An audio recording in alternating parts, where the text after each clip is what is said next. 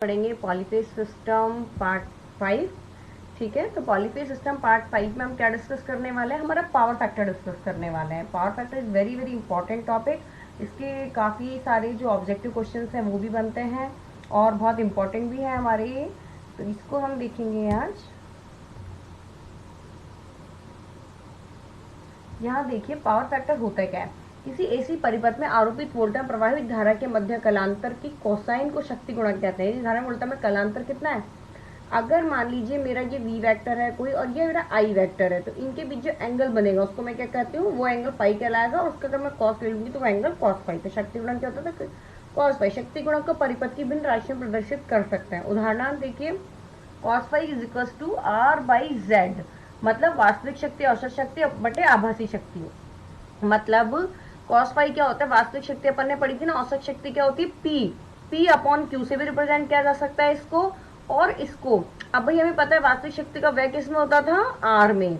और आभासी शक्ति, आभासी मतलब पूरी के लिए हम क्या ले रहे थे वहां पर, अभी जस्ट पढ़ के आए, उसके लिए हम क्या ले रहे थे, आई स्क्वायर इंटू जेड। ठीक है, तो आर अपॉन जेड। आभासी शक्ति जो एस होती है पी प्लस आई तक की, वो किसके इक्विवेलेंट में जाती है, जेड में। और जो वास्तविक शक्ति का व्यय किसमें होता है, आर में। तो कॉस फाई इज हो जाएगा आर बाई जेड।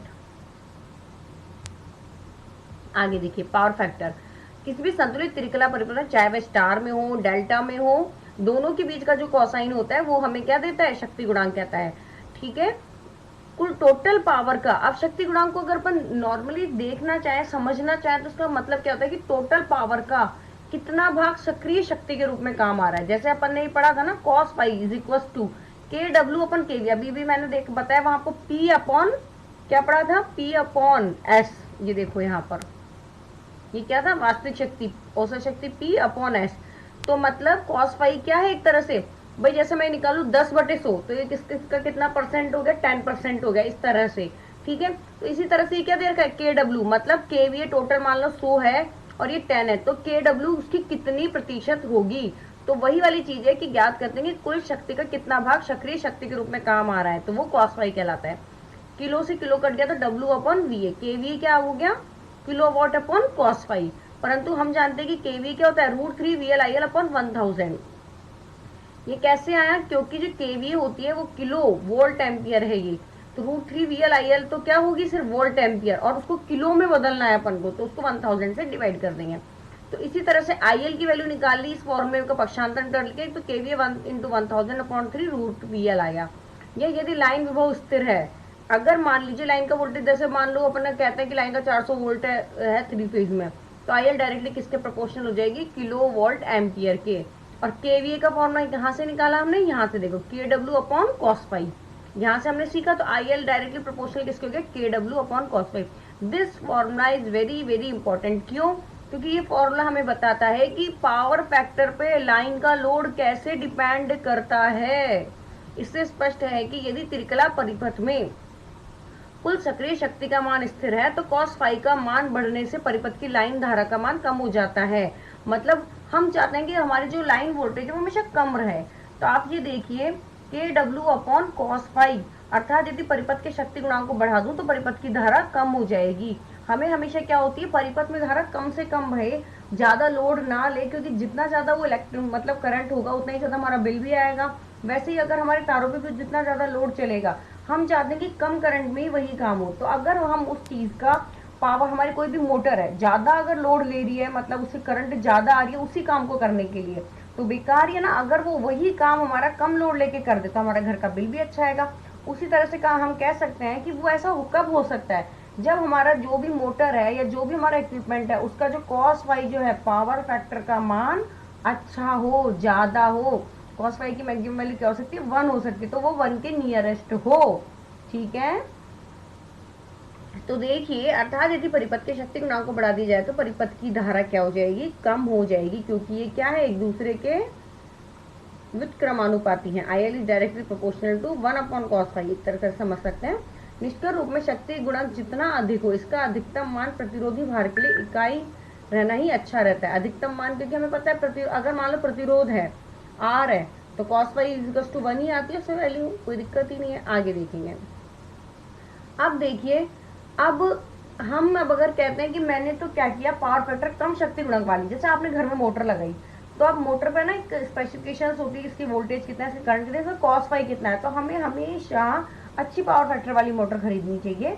अब देखिए अगर हम कम पावर फैक्टर वाली खरीदते हैं तो उसके हमारे एडवर्स इफेक्ट क्या क्या होते हैं।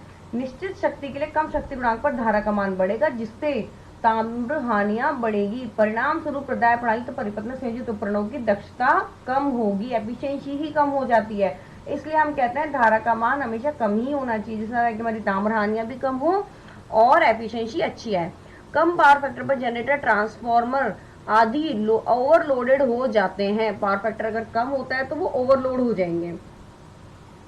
कम पावर फैक्टर पे वोल्टेज में वेरिएशन भी बहुत ज्यादा आते हैं। हम क्या चाहते हैं, हमारा जो अभी जैसे मान लो कोई भी मेरा इक्विपमेंट 220 वोल्ट के लिए बना हुआ है, लेकिन उसमें एकदम से वेरिएशन बहुत ज्यादा है 240, तो उसके क्या होता है, उस इक्विपमेंट के खराब होने की, डैमेज होने के चांसेस बढ़ जाते हैं। इसलिए हम क्या कहते हैं कि वोल्टेज में वेरिएशन कम होनी चाहिए। जब तो हम एसी जब हम लगाते हैं तो वोल्टेज स्टेबलाइजर यूज करते हैं। हम बहुत सारी जगह हम वोल्टेज स्टेबलाइजर क्यों यूज करते हैं, जिस तरह के वोल्टेज वेरिएशन को कम किया जा सके।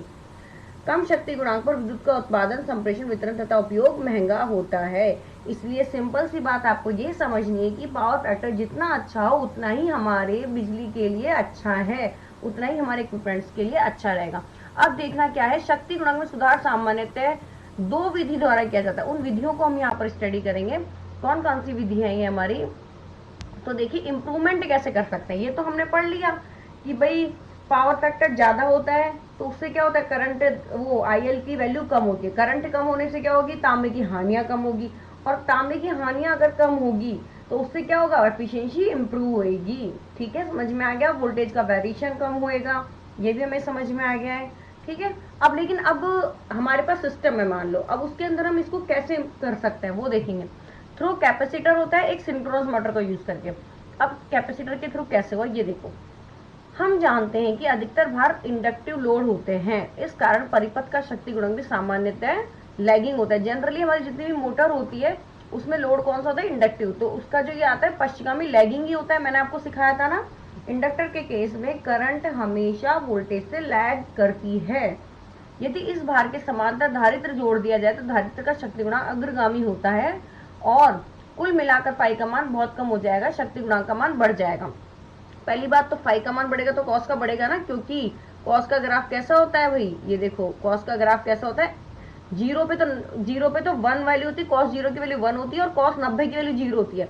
मतलब जब अपना एंगल 0 था तो कितना मैक्सिमम दे रहा था, और जब हमारा एंगल 90 डिग्री हो गया तो कितना को, तो पावर फैक्टर की वैल्यू क्या हो गई, cos 90 which is equal to 0।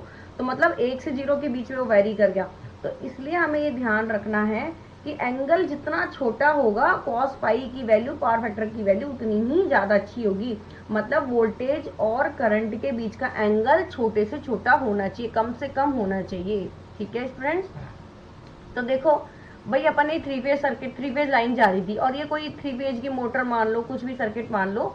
अब इस पे क्या क्या, अब हमें कोई भी चीज पैरेलल में जोड़नी है तो हम वोल्टेज के पैरेलल में जोड़ेंगे। तो ये देखो ये हमारा जैसे मान लो ये आर है, ये वाई है और ये बी है, तो तीनों से हमने वोल्टेज दिया और इसके यहाँ पैरेलल में हमने कैपेसिटर जोड़ दिया। ठीक है, अब कैपेसिटर जोड़ने से क्या होगा, इसके एक तो करंट जा रही है इसके अंदर, जो इंडक्टिव लोड है, हम क्या मान के चल रहे हैं, जनरली हमारा लोड इंडक्टिव होता है जो लैगिंग है, तो इसमें जो करंट जा रही है। अब समांतर में क्या होता है, वोल्टेज तो बराबर होता है लेकिन करंट क्या होती है समांतर सर्किट में, बट जाती है। एक तो करंट यहाँ से जो करंट जाएगी, एक तो इसमें जाएगी और इसमें जाएगी, दो जगह करंट का डिविडेशन हो गया। तो अब ये जो आई थी ये किससे मिलकर बनेगी, एक तो आईसी जो इसमें जा रही है अपना कैपेसिटर में, और एक जो इंडक्टिव लोड में जा रही है।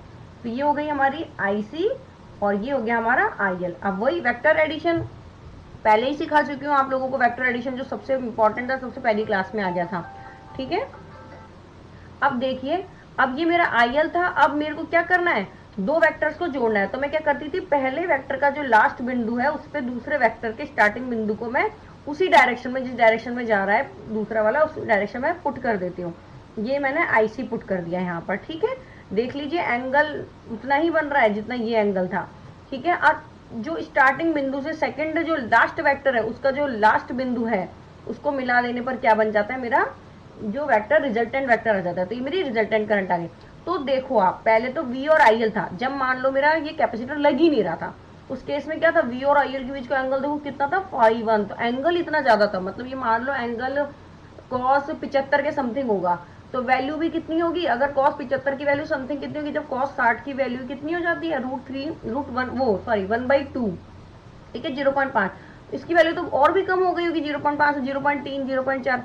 लेकिन जैसे ही मैंने कैपेसिटर इंसर्ट किया तो मेरी जो आई थी वो कहाँ पहुंच गई, यहाँ पहुंच गई। और वी और आई के बीच का एंगल कितना हो गया, ये छोटा सा फाई हो गया। तो ये 0 के समथिंग कुछ आ रहा है, तो मतलब मान लो 0 पॉइंट, मतलब ये 1, 2, मतलब 10 डिग्री एंगल मान लो, तो भी कितना ही होता है ये, कम से कम 1 से थोड़ी सी वैल्यू कम आएगी, 0.9, 0.8 समथिंग। तो अब आपको समझ में आ रहा होगा, तो इससे क्या हुआ, कॉस फाई की जो मेरी वैल्यू थी बढ़ गई। एंगल छोटा होने पर क्या हो जाता है, कॉस फाई बढ़ जाता है, क्योंकि एंगल के अपोजिट होता है। एंगल बढ़, अगर कॉस 0 की वैल्यू क्या होती है 1, और कॉस 90 की वैल्यू क्या होती है 0। ये आपको हमेशा ध्यान रखना है, ठीक है स्टूडेंट्स। तो देखो एंगल छोटा हो गया, और एंगल छोटा होने से शक्ति गुणक का मान कैपेसिटर लगाने से बढ़ गया। समझ में आया ये। अब आगे देखिए, इसके अतिरिक्त तुल्यकालिक मोटर, सिंक्रोनस मोटर भी, अगर सिंक्रोनस मोटर को भी हमारे ओवर एक्साइटेशन पे चलाते हैं, ओवर एक्साइटेशन मतलब ये हम मशीन में पढ़ेंगे, तो उससे क्या होता है, वे अग्रगामी शक्ति गुणांक देती हैं। मतलब इस प्रकार इन मशीनों को भी जब प्रेरण मोटर के समांतर क्रम में चलाया जाता है तो ये परिपथ का शक्ति गुणक को सुधार देती है। तो आपको दो तरीके विषय रखने, या तो आप क्या करो, कैपेसिटर लगा दो पैरेलल में, या पैरेलल में उसको सिंक्रोनस मोटर लगा दो, और वो कैसी कंडीशन पे चलाओ, ओवर एक्साइटेड कंडीशन पे। तो दोनों ही क्या करते हैं, पावर फैक्टर को इम्प्रूव करने के काम होते हैं। जो हमारे जो ग्रिड सब स्टेशन है उन पे हम पावर फैक्टर को इम्प्रूवमेंट करने के लिए क्या यूज करते हैं, जनरली कैपेसिटर यूज करते हैं। Okay students, thank you, bye bye. Next हम पावर वाला लेक्चर स्टडी करेंगे। Okay, bye bye.